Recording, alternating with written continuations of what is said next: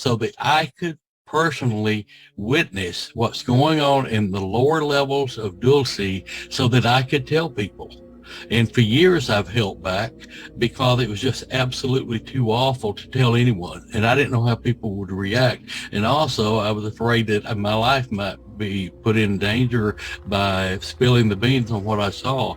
But I'm going to tell it here today. And for those of you that are have a weak stomach, I suggest you stop listening to it.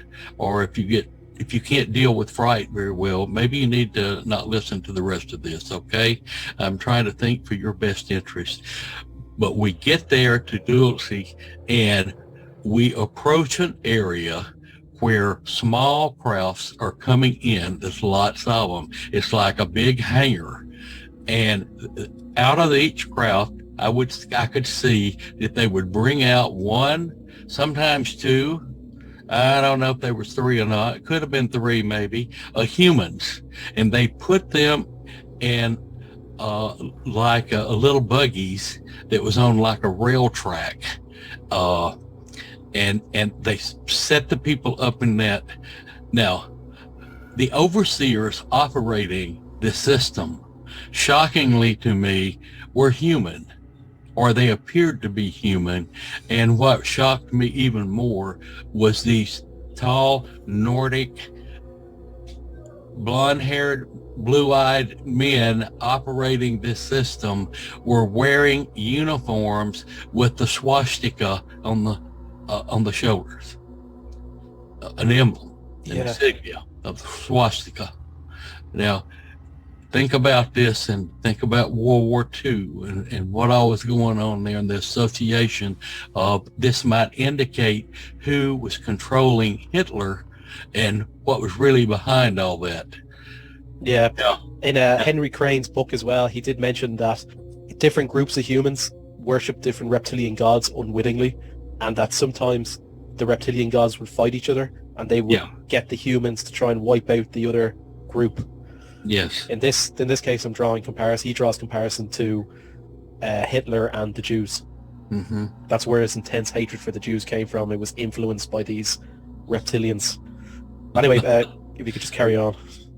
Well, we drew close to where these humans overseers were working. These overseers could not see me, nor the entity that was guiding me and taking me there. We were, to me, ethereal. We were not in solid form where they could see us, but these workers, these Nordic people, were solid material. The humans they brought in, they put in these little train cars, were all sitting there like zombies, like they were stunned. And one of the things that bothered me in the first time I saw this with Barbara under hypnosis, it really wrecked me emotionally. And I saw a young woman of maybe 28 to 30 years old, a very pretty, attractive brunette lady, and she had a little boy with her about 7 or 8 years old.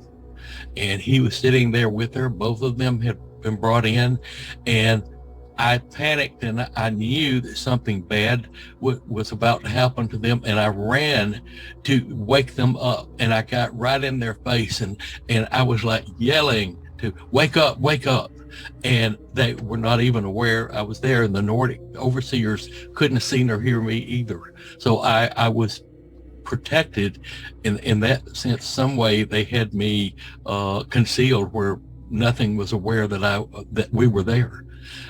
But this woman, they rolled on and went on down the conveyor belt, and so then we moved to a different area, and the person that was taking me, or the entity that was taking me, stopped and said, "Listen."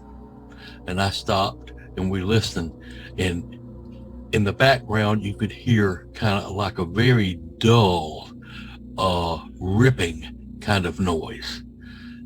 And I remember beginning to feel panicky, and I didn't want to go see what was making that awful noise. And the entity that was taking me insisted and said, "You must see it. You must see it." And so I looked, and what I saw were human torsos hanging on big meat hooks, and they hooked bone to hooks in the back of the body, and they were ripping the bones out of the human bodies to fillet it. And who was doing this? The Nordics, these Now, overseers. Do you remember watching Extraordinary The Seeding? Do you remember Never that? heard of that. No, I never heard of it. No, we definitely watched this. It was remember we spoke about the guy waking up in his clone. You said it was a pretty good documentary. Oh yeah, I do remember now. Do you remember what he was saying? That he was walking past one of these Nordics, and he said it was like their face just kind of shifted briefly into reptilian face and then shifted back. It was like a hologram that was put over the face. Right. Okay. Now I remember now. Thank you. Yes. Is it possible that this might have been an illusion? It's possible. Yeah. When you're dealing with this phenomenon, anything is possible. You know. Right. Sorry. Continue. It's quite all right. The next phase of Dulce that I saw was we went to a large room that was extremely cold, and inside this room were boxes that were like little small metal caskets, only they weren't caskets, they were more like coolers, and they were bringing in human body parts, arms, legs, torsos, all kinds of body parts, and packing them into these crates. And then there was a lot of them. It was a big operation, and I saw, I'm going to say probably 6 different Nordics working on 6 different boxes at one time, if I recall correctly, and they were packing all this in, and then they were putting the boxes, once they're full, on a conveyor belt roller, and it reminded me of present day where your luggage comes in at an airport on those rollers.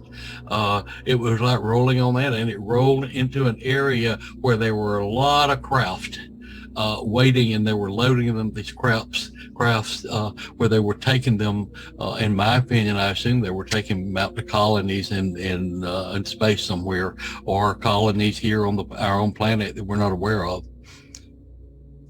Wow. It's a meat processing plant. We've touched on it briefly before, but yes, but I never really went into detail like I just have now, and that's all I saw on that, and I don't ever really want to see any more.